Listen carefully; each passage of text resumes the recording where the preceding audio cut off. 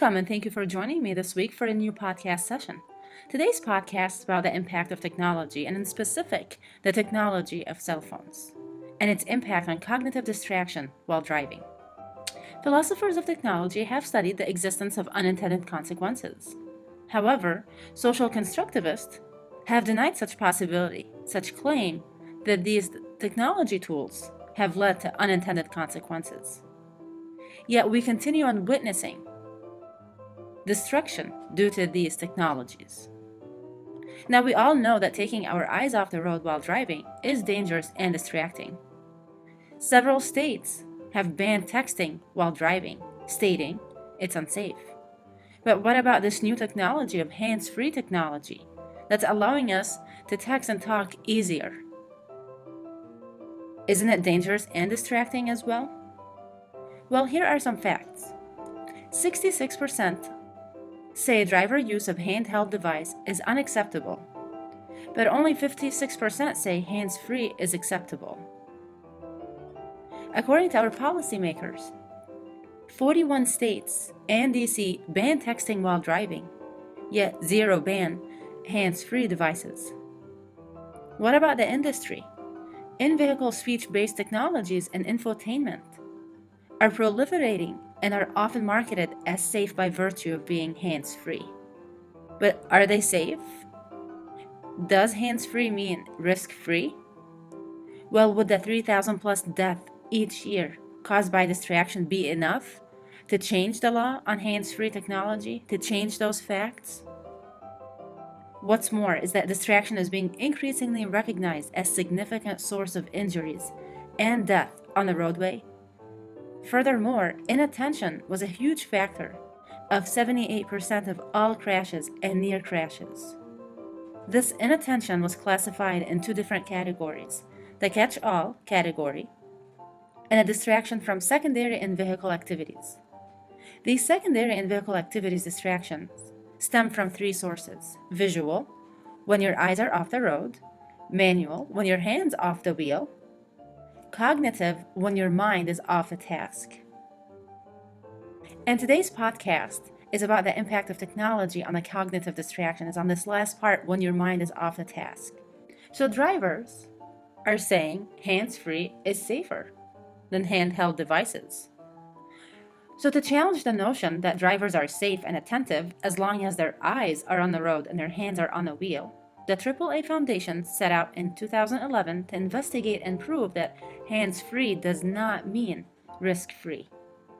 AAA Foundation wanted to show that talking on a hands-free cell phone and/or interacting with a speech-to-text email or messaging system such as Siri on the iPhones can indeed place a high cognitive burden on the drivers, hence reducing the available mental resources that can be dedicated to driving. In this landmark study, AAA performed 3 experiments: cognitive workload, cognitive distraction, and increased crash risk. These experiments incorporated laboratory, driving simulator, and instrumented vehicle. 6 common driver tasks were analyzed in each of the experiments, and they are: listening to the radio, listening to an audiobook, conversation with a passenger, conversation on a handheld phone, conversation on a hands-free phone, and interaction with a speech-to-text email system.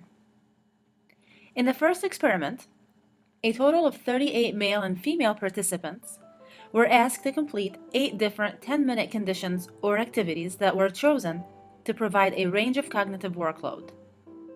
These conditions resulted in multiple measures showing that as the cognitive workload associated with performing an activity increases, the cognitive distraction associated with performing that same activity while operating a motor vehicle increases as well. For the second experiment, the goal was to extend the findings from the first experiment to operating a driving simulator. 32 male and female with cell phones that are used on a regular basis participated. They were asked to replicate the first experiment's method. However, they were required to use their cell phone with all the scenarios.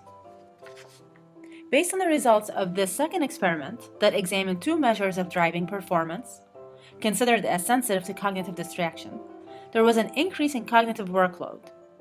For instance, the brake reaction time to imperative events in the driving simulator systematically increased as a function of the cognitive workload associated with performing the different in-vehicle activities.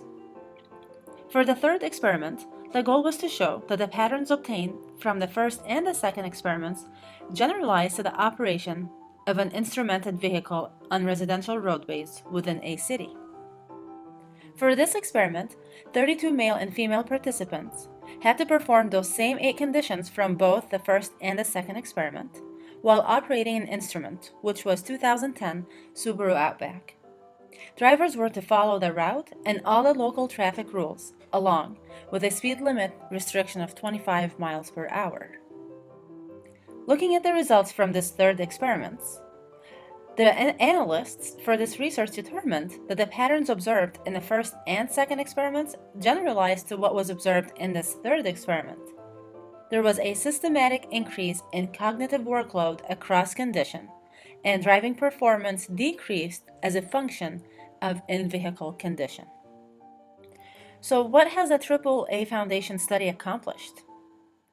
Well, based on the results of all 3 experiments, AAA Foundation confirmed that there are significant impairments to driving that stem from diversion of attention from the task of operating a vehicle, and that the impairments to driving are directly related to the cognitive workload of these in-vehicle activities.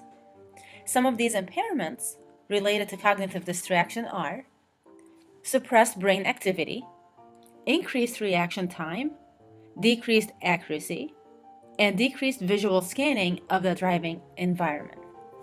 Additionally, the speech-to-text system was the most cognitively distracting. This clearly suggests that the adoption of voice-based systems in the vehicle may have unintended consequences that adversely affect traffic safety and the safety of people, drivers. So the bottom line is that hands-free is not risk-free. But technology has advanced so much. How could we stop it? How could we stop this distraction, this danger effect? For one, automotive and electronic industries are to limit voice-activated technology to only core driving-related functions, such as setting the temperature or cruise control. In addition, these industries are to disable voice-to-text for social media, email, and text messaging while a vehicle is in motion. The recommendations are simple, and it takes one company to lead and save lives for others to follow. At the end of the day, how many more lives do we need to lose before we realize that safety is a priority for everyone? Yes, the recommendations are simple, but the nature of technology and how it is intertangled with society, politics, economy, and ecosystem makes it quite challenging. As Andrew Feenberg points out in the 10 Paradoxes of Technology, our own expectations and perceptions of what technology is and how it behaves also blinds us to its effects.